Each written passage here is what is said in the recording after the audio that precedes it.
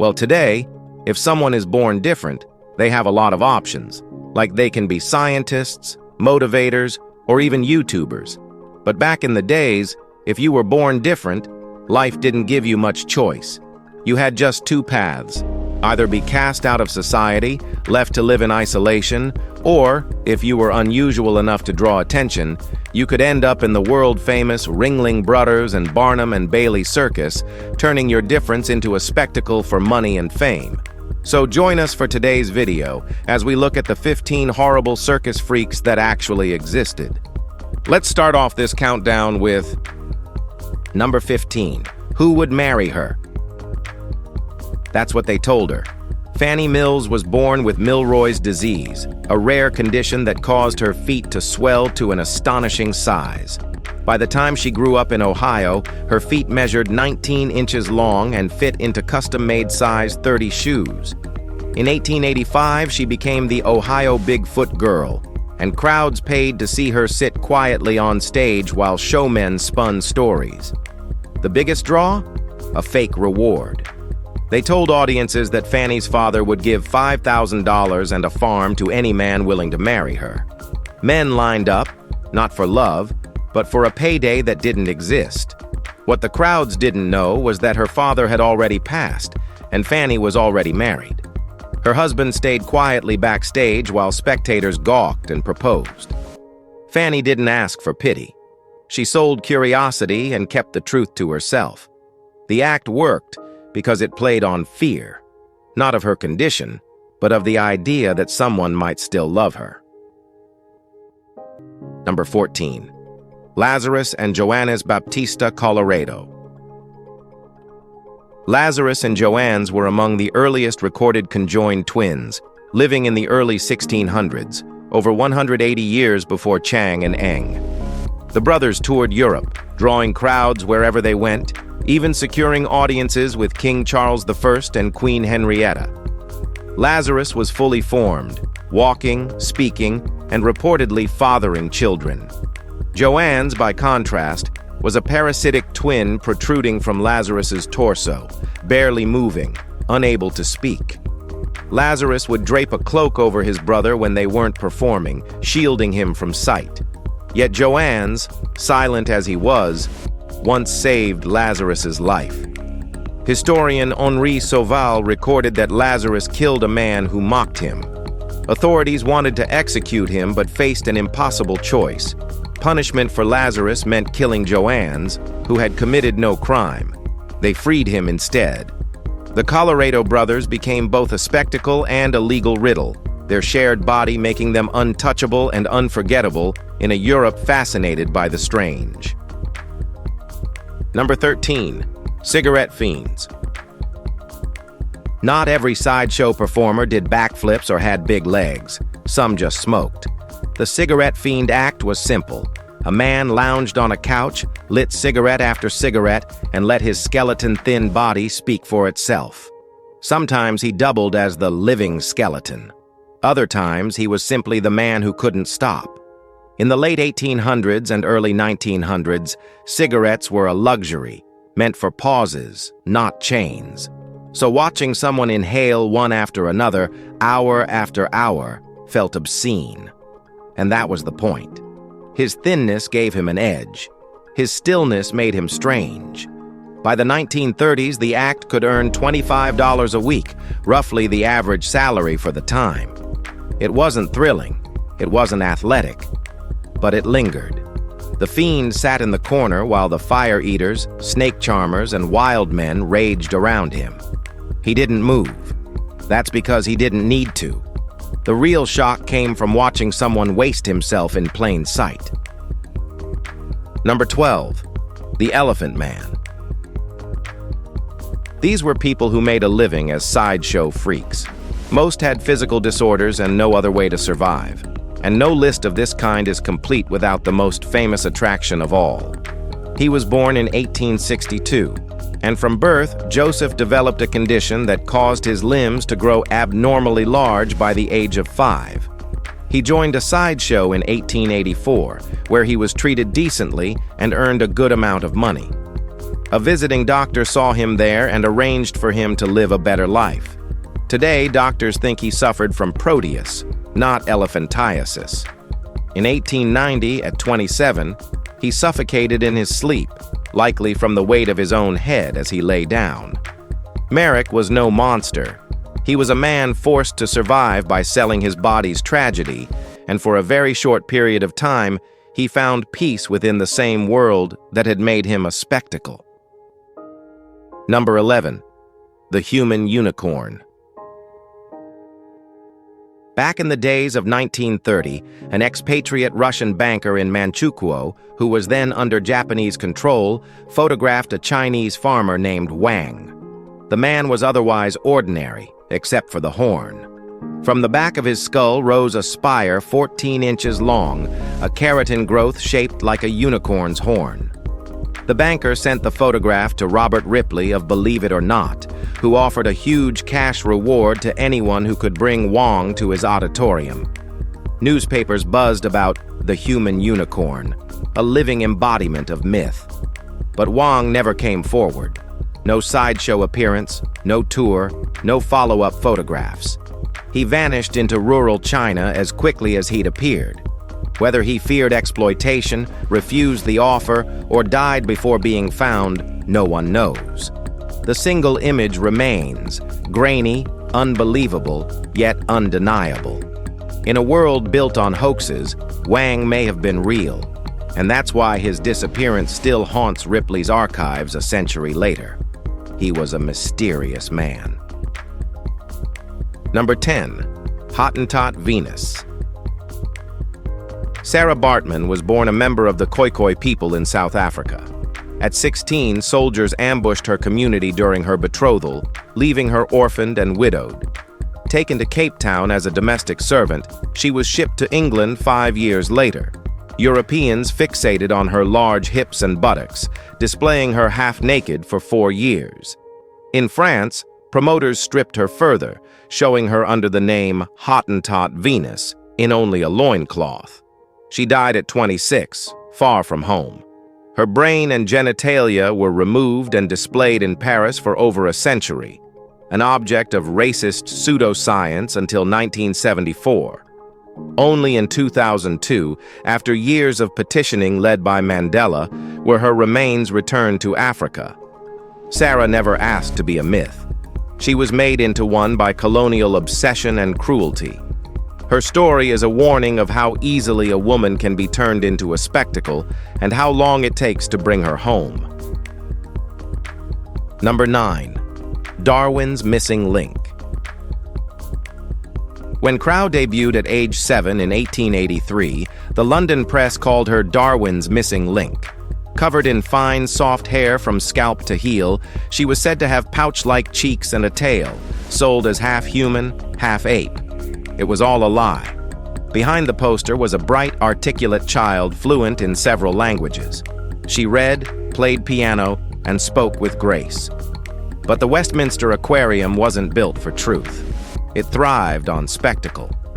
By her teens, Crow toured with Ringling Bros and Barnum and Bailey, performing with practiced charm while the crowd imagined evolution staring back at them. She knew what they came to see, and she gave them just enough. Her intelligence became her shield, her poise, her resistance. She died in 1926, not as a half-simian curiosity, but as a woman who took every false label and bent it into survival. Crow wasn't Darwin's missing link. She was proof that the real missing link was empathy. I feel really sad for her. Number 8. Stefan Bobrowski. Stefan Bobrowski, better known by his stage name Lionel the Lion-Faced Man, was born in Poland in 1890. His body was covered in thick, 1-inch-long hair from head to toe. His mother claimed that a lion had mauled his father, and the shock marked her unborn child, what used to be called maternal impression. Viewing him as a curse, she gave him up at just 4 years old. Only the soles of his feet and palms were hairless. The rest of his body was covered in hair that grew between 4 and 8 inches long. Bobrowski spent most of his life touring, performing with Ringling Bros and Barnum and Bailey, and becoming a fixture at Coney Island. Behind the hair was a soft-spoken, well-read man fluent in multiple languages. In his early 30s, he quietly retired and returned to Germany. He died in 1932, not as a sideshow freak, but as a man who lived decades beneath a myth and left on his own terms. Now let's head over to number 7, Stella the Bearded Lady. Betty McGregor spent her youth in Battle Creek shaving her face 6 times a day just to pass as ordinary. Whiskers grew faster than she could hide, and the shame wore her down. By her 30s, she was done hiding. She entered the circus, adopted the name Stella the Bearded Lady, and turned exposure into liberation. Before the stage, she had taught school and worked as a nurse, dutiful, quiet, and suffocating. With Ringling Brothers Bailey and later Ward Hall's World War II-era shows, Stella performed with full beard, full pride, and no apologies. Her presence was commanding. Audiences didn't just see facial hair, they saw a woman in full control of her image. When sideshows faded in the 1970s, she quietly disappeared, living as a man and working as an accountant. Stella died in 1977. She wasn't trying to inspire anyone, but she did. She took what the world mocked and turned it into something unforgettable. Number 6, Carrie Akers. Carrie Akers stood just over 3 feet tall and weighed more than 300 pounds. That made her a spectacle, but it was her fire that made her impossible to forget. In the late 1880s, she joined P.T. Barnum's Circus under the label Fat Dwarf Lady, and she didn't care for the title or for the way people treated her. Carrie refused to be docile. She raised her voice when something didn't sit right. She argued. She resisted the roles they tried to push on her. Her temper earned her a cruel nickname, the Warthog, not for her appearance, but for the fact that she couldn't be controlled. She was never meant to last in a business that demanded silence. But she didn't play nice, and she didn't play weak. Carrie didn't need applause. She demanded respect.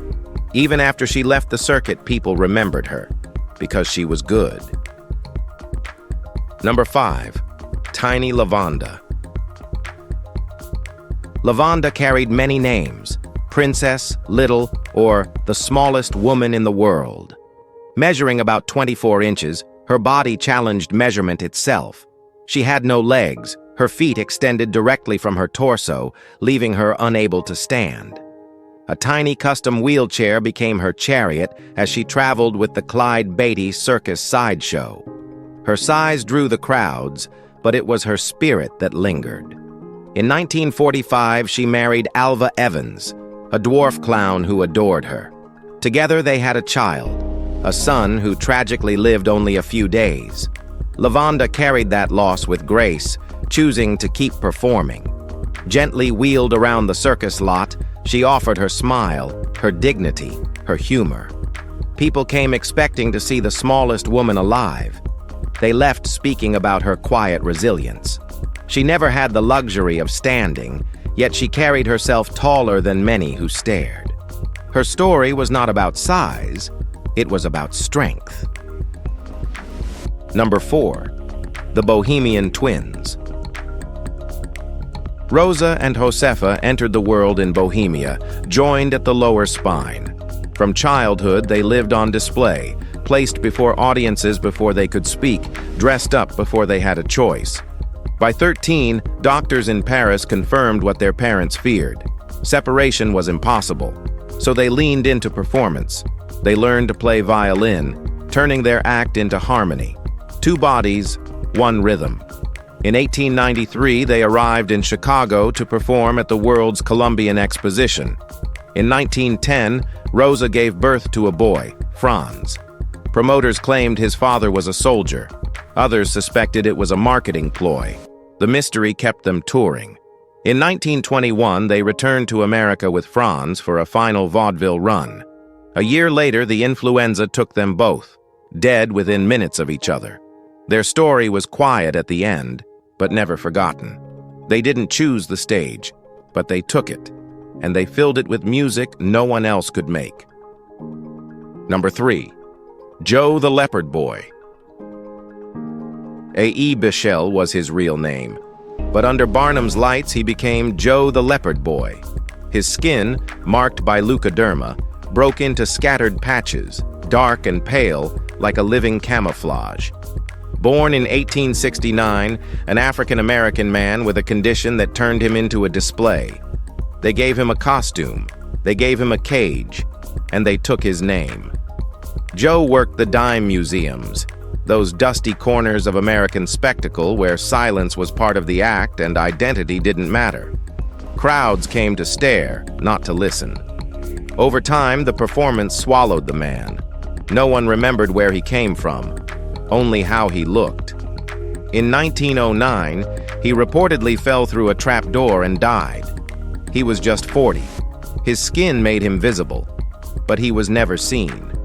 Joe lived between mirror reflections and painted signs, caught in a body they claimed but never understood. When the curtains closed, they didn't mourn. They just moved on. Number 2. Pansy Chinery. Pansy Chinery, known on stage as Ada Ayana, danced with gravity using nothing but her jaw.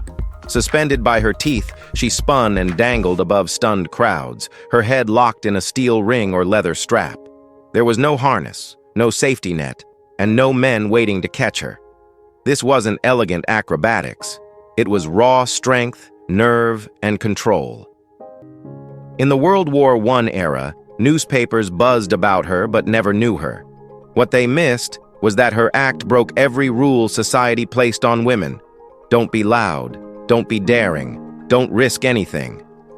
Pansy ignored all of it. Each drop she took was a challenge thrown back at the audience. Her performances blurred pain and art, and her name, though mostly forgotten, still echoes among circus historians. She wasn't part of a romantic, high-flying duo. She was alone, held by her teeth, proving that even in a time of limits, women could fly without wings and bite back at the sky. Number 1. The Last Tattooed Lady. Lorette Fulkerson, once Loretta Love, didn't ask for permission. She inked her skin when society demanded modesty. By the 1940s, nearly 90% of her body was tattooed. Before tattoos were art, before they were rebellion, before anyone thought they were beautiful. With Ringling Brothers, she became the Tattooed Lady, traveling the country as a walking canvas. The banners outside promised color, detail, history etched in skin. What they didn't promise, but what she delivered, was pride. Lorette toured with Hubert's Museum, Hall, and Christ, and stayed on the circuit long after sideshows faded. Others quit when the shock value wore off. Lorette never flinched. She kept performing into the 1990s, outlasting the very world that once stared in disbelief. She wasn't looking for fame. She wasn't selling rebellion. She made her body her legacy. When she died in 2007 at 92, they called her the last of her kind. But really, there was never another like her to begin with. If you've enjoyed this video, be sure to like, share, and subscribe. Thanks for joining us on this journey, and we'll see you very soon.